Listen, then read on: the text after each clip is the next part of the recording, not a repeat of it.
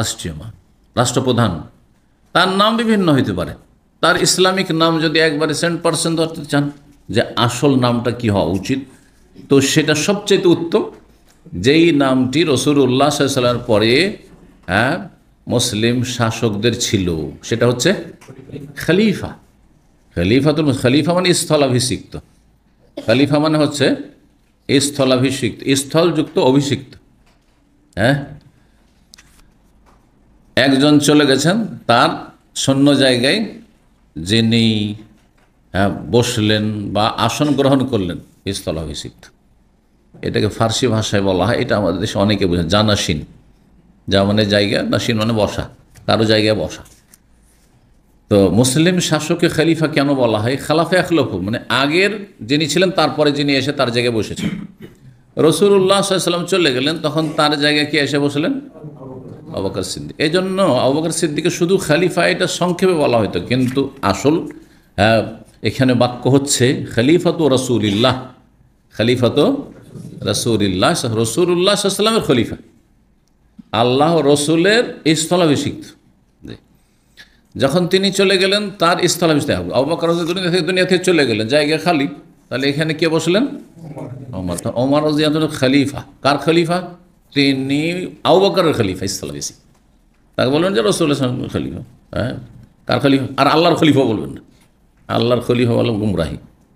এই গুমরাহি। এটা 1400 বছর ইতিহাসে কোনো ইসলামী কিতাবে তাফসিরও পাবেন না যে মানুষ আল্লাহর খলিফা, কোনো তফসিরে পাবেন না।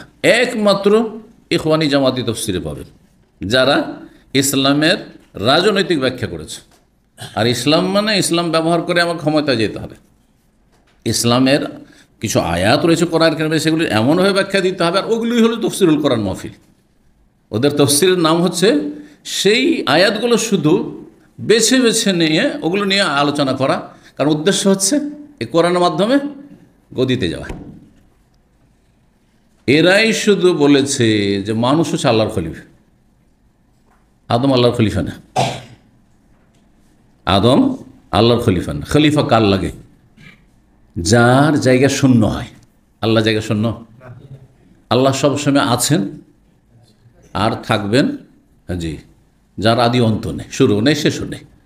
হুয়াল আউয়ালু ওয়াল আখিরু ওয়াল যাহিরু ওয়াল বাতিনু ওয়া হুয়া বিকুল্লি শাইইন আলিম। আল্লাহ হচ্ছেন আউয়াল, শুরু, আল্লাহ হচ্ছেন শেষ, আল্লাহ জাহির, আল্লাহ বাতিন, আল্লাহ সব কিছু। শুধু আল্লাহর খলিফা অসম্ভব, কেউ হতে পারে না।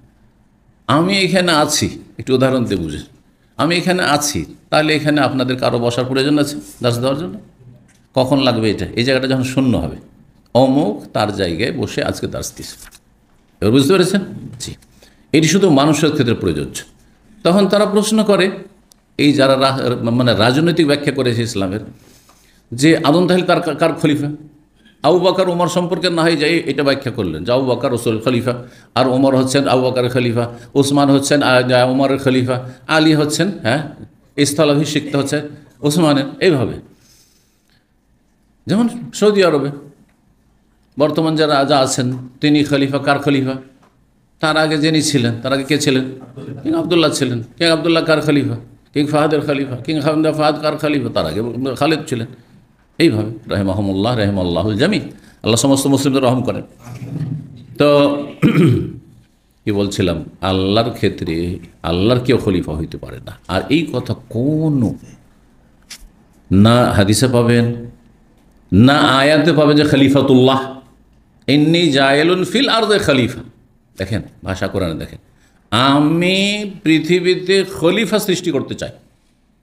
আল্লাহ তার উদ্দেশ্য ব্যক্ত করলেন কাদের সামনে?